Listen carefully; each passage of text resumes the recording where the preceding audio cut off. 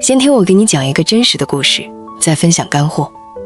1981年的春天，通用电气公司总部弥漫着一股压抑的气氛。杰克·韦尔奇刚刚接任首席执行官，站在一间宽敞的会议室里，窗外是纽约州斯科内克塔迪市的灰蒙蒙天空。他个子不高，但眼神锐利得像一把刀，扫过台下那些西装革履的高管们。这些人大多在通用电气工作了10几年，甚至几十年，脸上带着习惯性的谨慎和一丝傲慢。韦尔奇的手指轻轻敲打着讲台，台下鸦雀无声。他知道自己面对的是一家100年老店，它庞大而笨重，像一头沉睡的巨兽。内部官僚主义横行，部门之间互相推诿，创新被层层审批扼杀。员工们习惯了按部就班，没人敢挑战上级，效率低得让人窒息。韦尔奇心里清楚，直接开除人或大声斥责只会引发反抗，他需要一种更聪明的方式。几周后，韦尔奇开始悄悄行动。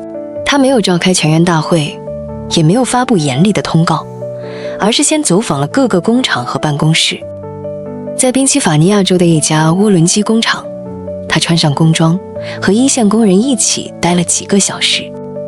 工人们起初紧张，但韦尔奇只是静静观察，看着他们如何因为繁琐的流程而耽误生产。一名老工程师抱怨说，一个简单的零件更换需要经过5层签字，等到批准时，机器早就停转了。韦尔奇没说什么，只是点点头，眼神里闪过一丝深思。回到总部后，他召集了核心团队，在会议室的白板上画了一个简单的图表，一条曲线分成3段。他解释这叫活力曲线，但当时没人真正理解它的威力。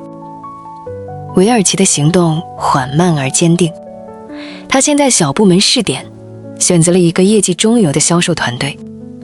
经理们被要求给下属打分，不是基于主观印象，而是根据具体数据、销售额、客户反馈、团队协作。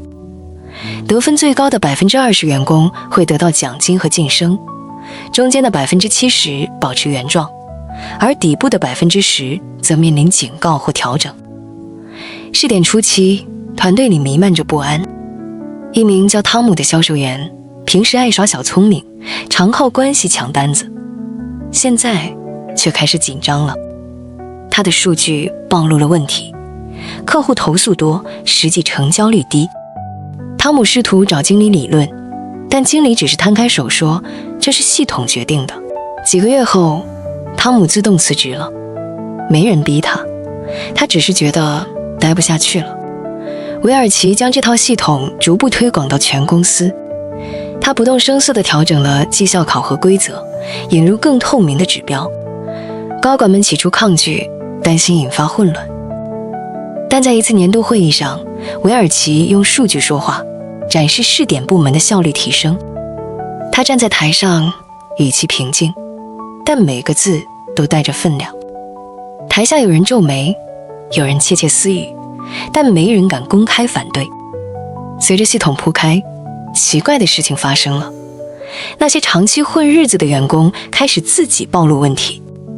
有人因为拖延项目被团队孤立，有人因为虚假报告被系统自动标记。韦尔奇从不亲自点名批评，他只是让规则运行。1年后，通用电气的氛围悄然改变，创新提案多了，跨部门会议变得高效，甚至办公室里的闲聊都少了八卦，多了实干。这是一个真实发生在通用电气的故事。杰克·韦尔奇在通用电气推行的活力曲线系统，确实通过绩效评估淘汰了底部员工，成功重塑了公司文化。真正的强者从不亲手磨刀，他们让规则成为那把最锋利的刃。当你每天在办公室疲于应付甩锅的同事、争抢功劳的上司、暗中使绊的下属时，有没有想过一个问题？为什么总有人能全身而退，而你总在泥潭里打滚？40年前，通用电气那个春天埋下的答案，如今正撕开职场最隐秘的真相。所有高段位的较量，从来不是人与人的肉搏，而是系统与系统的对弈。那些让你夜不能寐的小人，或许从不是问题的核心，真正决定胜负的是你看不见的棋局。我选择传统文化中的士这个概念来解释背后的逻辑。战国时期的韩非子在《难事》中写道：夫士者，名一而变无数者也。这根本不是字面上简单的权力，而是一种精妙的动力学原理。就像水从高处往低处流，不需要谁去推动，它自己就会形成力量。势就是那种让事情自然发生的环境、条件和规则的集合。把这个概念放到现代职场，你会发现那些高手都在做同一件事：造势。他们不直接批评同事的方案有问题，而是在会议前就准备好数据对比，让问题在投影仪亮起的瞬间自我暴露。他们不抱怨流程混乱，而是默默建立共享文档的协作规则，让拖延症患者无处藏身。韦尔奇的活力曲线就是典型的造势，他把评判标准从主观喜好变成客观数据，让不合格的人被系统自然筛选出去。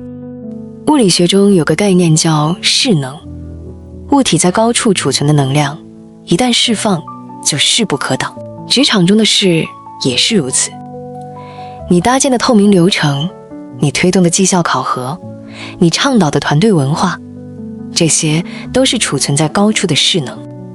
当有人试图破坏规则时，这些势能就会转化成动能，自动清除障碍。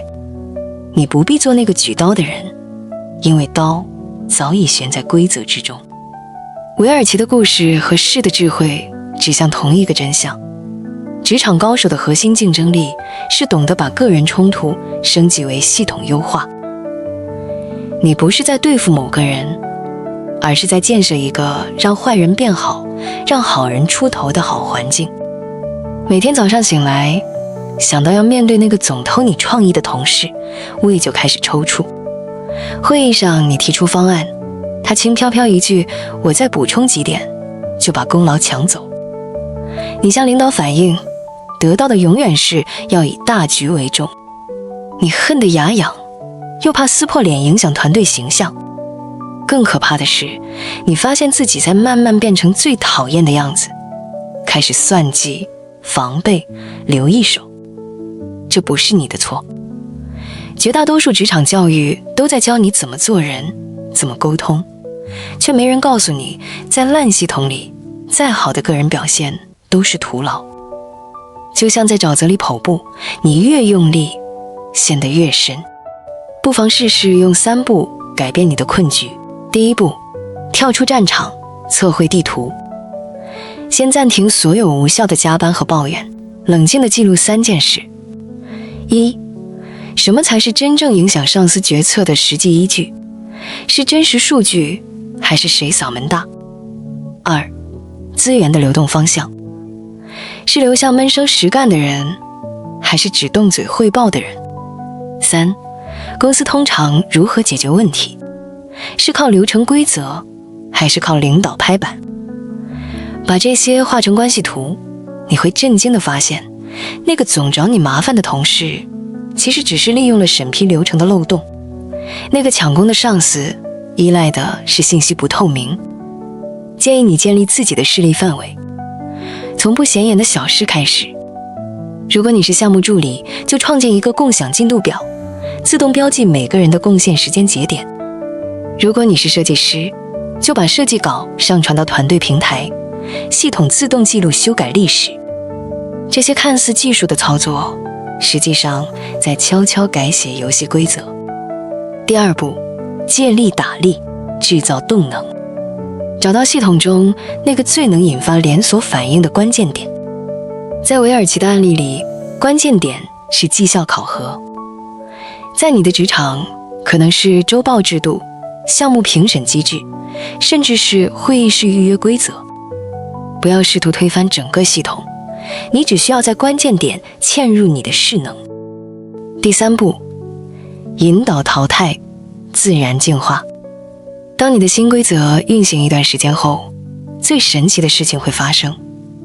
那些不适应的人开始自我暴露，爱甩锅的同事在新流程中无处遁形，因为每个环节都责任到人。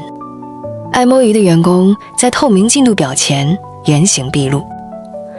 此时你要做的不是落井下石，而是保持沉默，让系统说话。切记，最高境界的借刀杀人，那把刀从来不是具体的某个人，而是公认的规则和标准。你只是在建设更好的环境，而更好的环境自然会淘汰那些不愿变好的人。打开电脑，新建一个文档，画出现有工作流程中最让你痛苦的3个节点，然后思考，如果能改变其中一个节点，哪个会产生最大连锁反应？明天上班就从那个节点开始你的造势工程。记住，改变不需要惊天动地，只需要在关键处轻轻一推。规则从不偏爱任何人，它只会效忠于那些读懂游戏规则的人。当你放下刀的那一刻，真正的较量才刚刚开始。看懂了点赞，希望本期的内容对你有用，欢迎订阅，更多分享，下期再见。